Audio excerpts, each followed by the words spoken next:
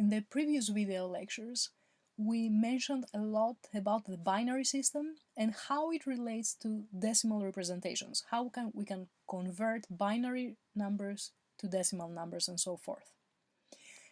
In this video, we're going to do the following. We will talk about more number systems, and we will also summarize a few things that we have mentioned so far. Apart from the binary and the decimal number systems that we frequently use in programming are also the octal and the hexadecimal. And these number systems, similarly with the previous ones, have a different base. So the octal system has base 8, the hexadecimal system has base 16. And it may be weird why we chose 16. We will see in a little bit how it is convenient. First of all, here is a table that shows the relationship between the hexadecimal representation, the binary, and the decimal representation. Here we are assuming unsigned interpretation for the binary numbers. So the decimal equivalent goes from 0 until 15. The symbols that we use in the hexadecimal system are from 0 until 9, these numbers, and then when we want to represent the number 10, we are actually using letters of the Latin alphabet. We go and use A for 10, B for 11, C for 12, D for 13, E for 14, and finally 15 is represented with the letter F. So in the same way that we are using the numbers 0 until 9 in the decimal system, and then we are using those again numbers to make larger numbers like the number 19. In the hexadecimal system, we use the symbols from 0 until F, and then we use combinations of those to represent values that are greater than 15.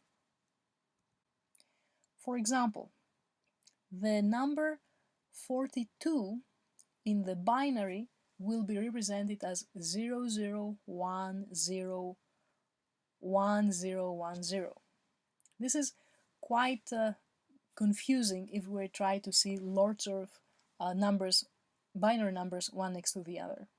Now, the decimal representation is very convenient for us as humans, however, not convenient for the computer. So the hexadecimal representation is helping us read and write binary representations. How do we do that? We use groups of 4, and then we use hexadecimal symbols for those groups of 4. So in this particular table, you will see that 1010, and if you consult the previous slide, is actually represented with A. It is the decimal 10, and it is represented with A. 0010, it is just 2, and the hexadecimal does have the number 2, so the equivalent hexadecimal number is much shorter than the binary representation. And at the same time, it does give us an idea of how the binary representation will be like if we break it back. We take each of the hexadecimal digits and break them down to their binary equivalents. Now, if instead of groups of 4 we had used groups of 3, then we would be representing the number using the octal system. In the octal system, we are using the symbols from 0 until 7, and it is completely similar, the logic, with the hexadecimal system. What do we know about the number systems? Let's summarize a few key points here. It is positional numbering. The value of the digit is related to the distance to its position from the decimal point. We have a base for its system. We have seen systems with base 2, 8, 10, and 16. And each position will be multiplying the value by the base, or it will be dividing it if it is after the decimal point. A few examples to refresh our memory and compare at the same time different systems. In the decimal system, we see how we express a number with the base. 352 will be 3 times 10 to the power of 2 plus 5 times 10 to the power of 1 plus 2 times 10 to the power of 0. How do we figure out which power of 10 to use? It is the position of the factor, the position of the number, that tells us what to use. 2 is at the rightmost position, its index is 0. That's why we multiply 2 times 10 to the power of 0. And as we go towards the left, the indices go from 0, 1, 2, and so forth. That's why 3, the power of 10 that is multiplied with 3 will be 2, because the index of 3 is 2, since we're starting counting from the right to the left from 0. In the binary system, we do exactly the same thing, but we are having now powers of 2, as we have seen in several examples. And finally, in the hexadecimal system, we will be using powers of 16, but again the logic will be exactly the same. We are multiplying 3 times 16 to the power of 1 plus f, which is the number 15, times 16 to the power of 0.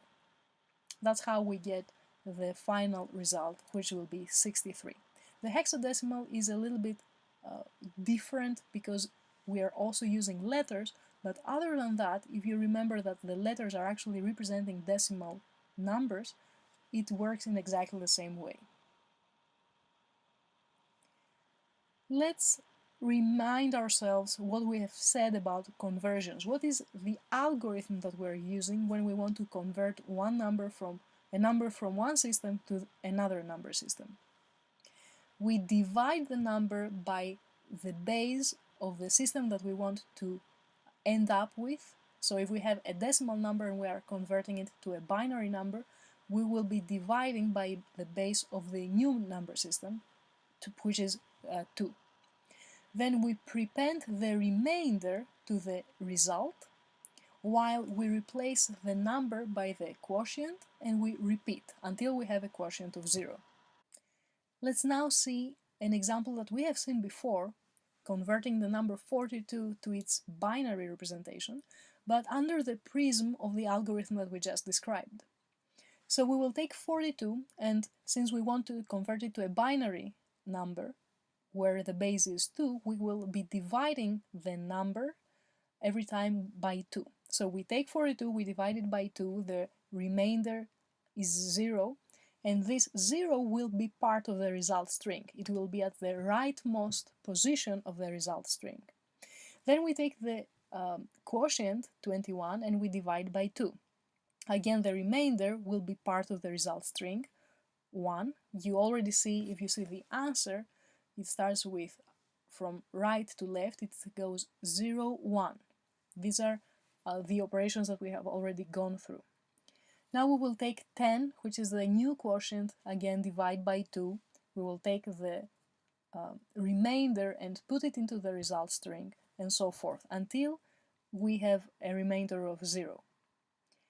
We have seen again this example before. This is just a repetition on using the algorithm that we just described. Now, why are all these details about number systems, and in particular the length to which we have talked about the binary system, relevant? They are relevant because they specify characteristics of the hardware. They relate to characteristics of the hardware. All these bits, bytes, and the word lengths, and specifically as far as memory go, the memory addresses will be 32-bit numbers or 64-bit numbers. These underlying hardware characteristics are actually determining things, characteristics that both computer buyers see and also us, the programmers. For example, the available memory sizes. Recall that 2 to the power of 32 is about 4 gigabytes. This limitation impacted Microsoft's Windows and other operating systems, sparing the move to 64-bit hardware and 64-bit operating systems, so that they take advantage of larger memory sizes. The properties of numerical operations, we have already seen how they are impacted by the number systems. We have talked about the overflow and the underflow. Things that you haven't seen so far if you're not a Unix user is the fact that octal numbers are used for the file protection properties in the Unix system. So this is something that you will probably see in the future. Also, hexadecimal numbers are used in the Wild World Web colors that we see.